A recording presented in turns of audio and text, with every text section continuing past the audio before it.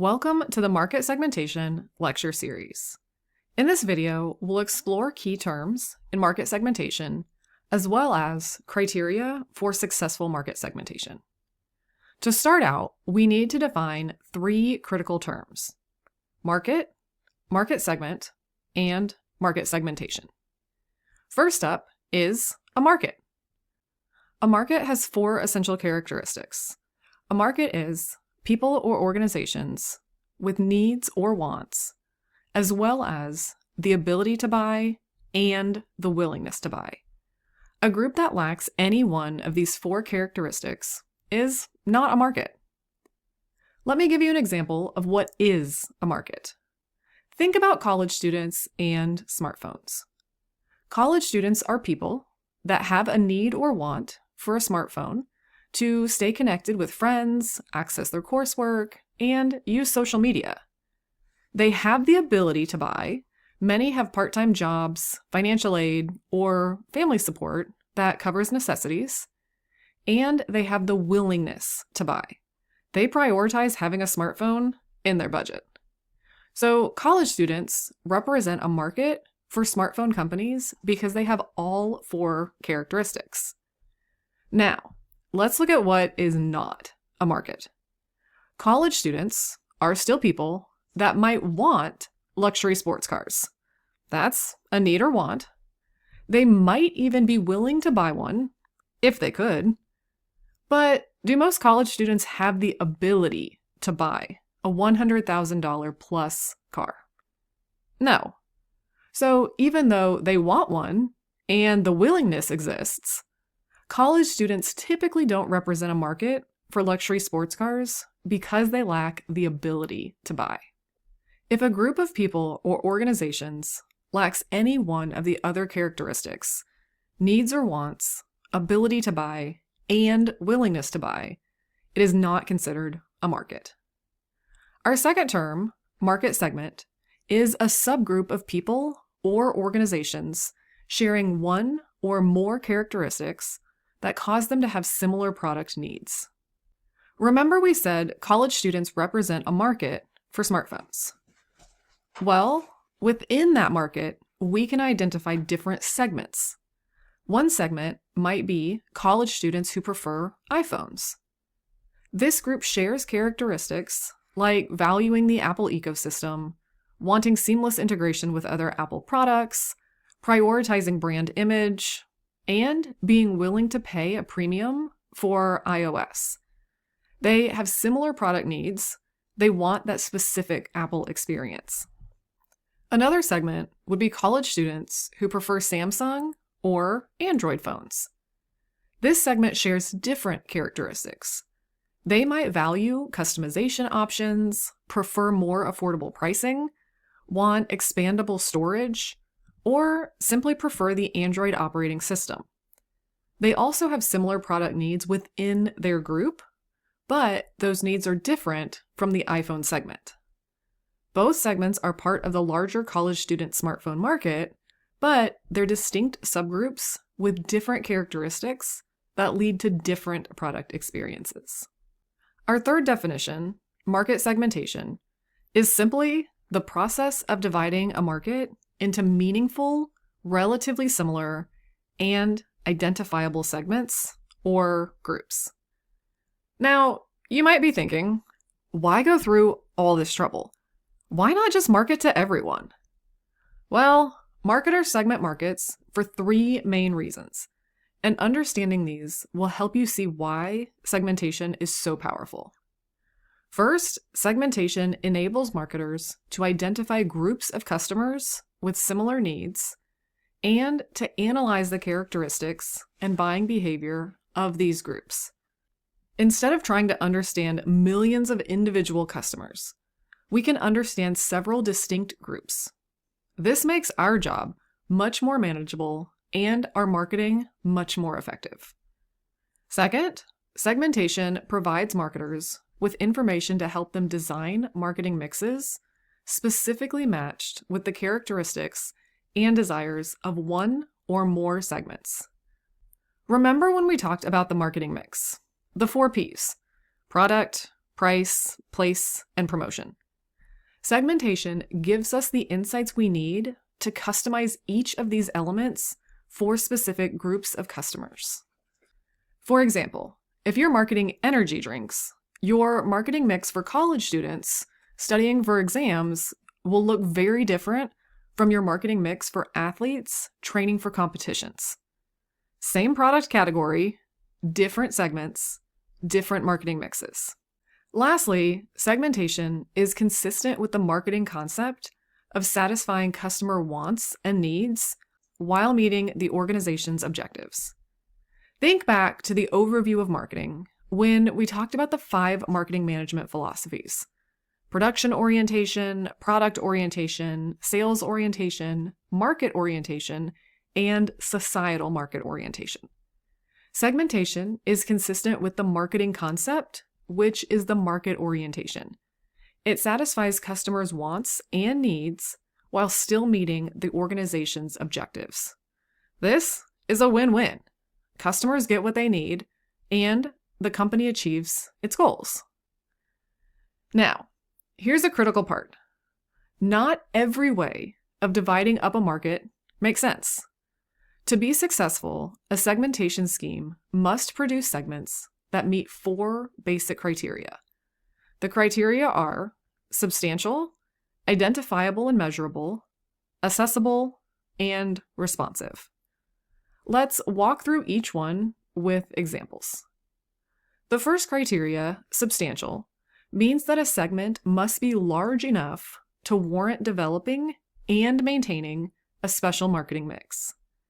In other words, the market must be large enough and have big enough buying power to make it worth your time, effort, and money to create a customized marketing approach. Let's use streaming services as an example throughout these criteria. Think about Netflix, Hulu, Disney Plus, and others. Is there a substantial segment of people who want true crime documentaries? Absolutely. This segment includes millions of people who regularly watch true crime content, and they're willing to pay subscription fees for access. The segment is large enough that Netflix, Hulu, and other platforms invest millions in producing and licensing true crime content. But what if we tried to create a segment for people who only want to watch documentaries about left-handed violin makers from the 1800s? That segment might exist, but is it substantial? Probably not. There might be a few hundred people worldwide interested in this incredibly niche topic. It wouldn't make financial sense for a streaming service to develop a special marketing mix, create custom content, or design targeted promotions for such a small group. Here's an interesting element to think about when evaluating whether a segment is substantial. A segment that's not substantial in one market might be substantial in another. For instance, there might not be enough K-pop fans in Northwest Arkansas to warrant a K-pop concert venue. But if you expand to the entire United States, or better yet, go global, now you have millions of K-pop fans, a highly substantial segment that companies like Spotify and YouTube Music actively target with specialized playlists, concert promotions, and exclusive content. The key question for substantial: is this segment large enough, and does it have enough buying power to justify the investment in specialized marketing mix? The second criteria is identifiable and measurable. This means that a company should be able to determine which customers are in the market segment and then determine the segment size. Let's break this down. Identifiable means we can determine which customers belong in the segment. Measurable means we can determine how many customers are in the segment. Let's stick with our streaming service example. Can we identify who belongs in the family-friendly content segment for Disney Plus? Yes. We can use variables such as age, parents, typically aged 25 to 45, household composition, families with children, income, middle to upper middle class families who can afford streaming subscriptions, and viewing behavior, watch animated films, kids shows, or family movies. The key point with the identifiable characteristic is that we need to know who is in our market segment. What are their demographics? What are their behaviors? What are their preferences? Then, once we know who is in our segment and we can identify them, we need to measure the segment size. How many families with children subscribe to streaming services? According to various industry reports, we can actually measure this. Approximately 60 to 70% of families with children under 18 have at least one streaming subscription. That's measurable data.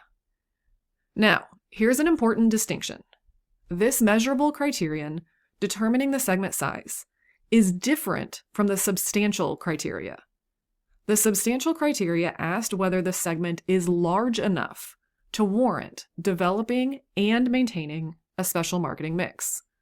Here in the measurable criteria, we are looking only at determining the size of the segment, not whether that size is large enough to be worth targeting. Think of it this way. I might be able to measure that there are exactly 1,247 people interested in left-handed violin maker documentaries, but that doesn't make it substantial enough to target. The identifiable and measurable criteria is probably the easiest criteria and a good place to start when we're looking at segmenting a market. After all, if you can't even identify or measure your segment, how can you market to them? The third criteria is accessible. Accessible means that the firm must be able to reach the members of the targeted segment with customized marketing mixes. In this criteria, we ask the question, how will we effectively advertise to the intended market? Can the intended market, or the market segment that we're trying to create, receive our message? Suppose Disney Plus wants to reach their nostalgic millennial segment. People in their 30s who grew up watching Disney movies and now want to share them with their own kids. How can Disney Plus reach this segment? Social media, especially Instagram and Facebook, where millennials are active, digital advertising on parenting blogs and websites, email marketing, millennials check email regularly, YouTube ads before family-friendly content, and partnerships with parenting influencers. All of these channels are accessible to reach millennials. Disney Plus can effectively get their message to this segment. But what if Disney Plus wanted to reach senior citizens who might enjoy classic Disney content? The same channels would not work as effectively. Seniors might not be as active on Instagram or reading parenting blogs. Instead, Disney Plus would need to use television commercials during traditional TV programming, direct mail, advertising in the AARP magazine, and partnerships with senior centers. The key point with the accessible criteria is that we're trying to make sure we can reach the members of our targeted segment with a customized marketing mix. If you can't reach them, you can't market to them effectively. The fourth and final criteria is responsive. This is perhaps the most important criterion because it gets at the heart of why we segment in the first place. Responsive means that customers in the segment must have similar needs, seek similar benefits, and be satisfied by a similar offering. And this is crucial. The customers in the segment we're trying to focus on must be different and have different needs from customers in other segments. Let me say that again. The customers within your segment should respond similarly to your marketing efforts, but they should respond differently than customers in other segments. Think about Netflix's different subscriber segments. Segment 1, binge watchers. Want complete seasons, available all at once, have unlimited viewing, seek new series regularly, and respond well to Netflix original branding and autoplay features. Segment 2, family entertainment. These want age-appropriate content controls, value educational kids programming, seek movies suitable for family viewing, and respond well to parental control features and kids profiles.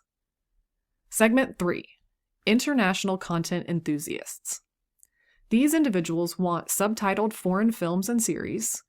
They value diverse global content, seek authentic international stories, and respond well to promotions highlighting international originals. Notice how each segment responds differently to different features and benefits. That's responsiveness in action.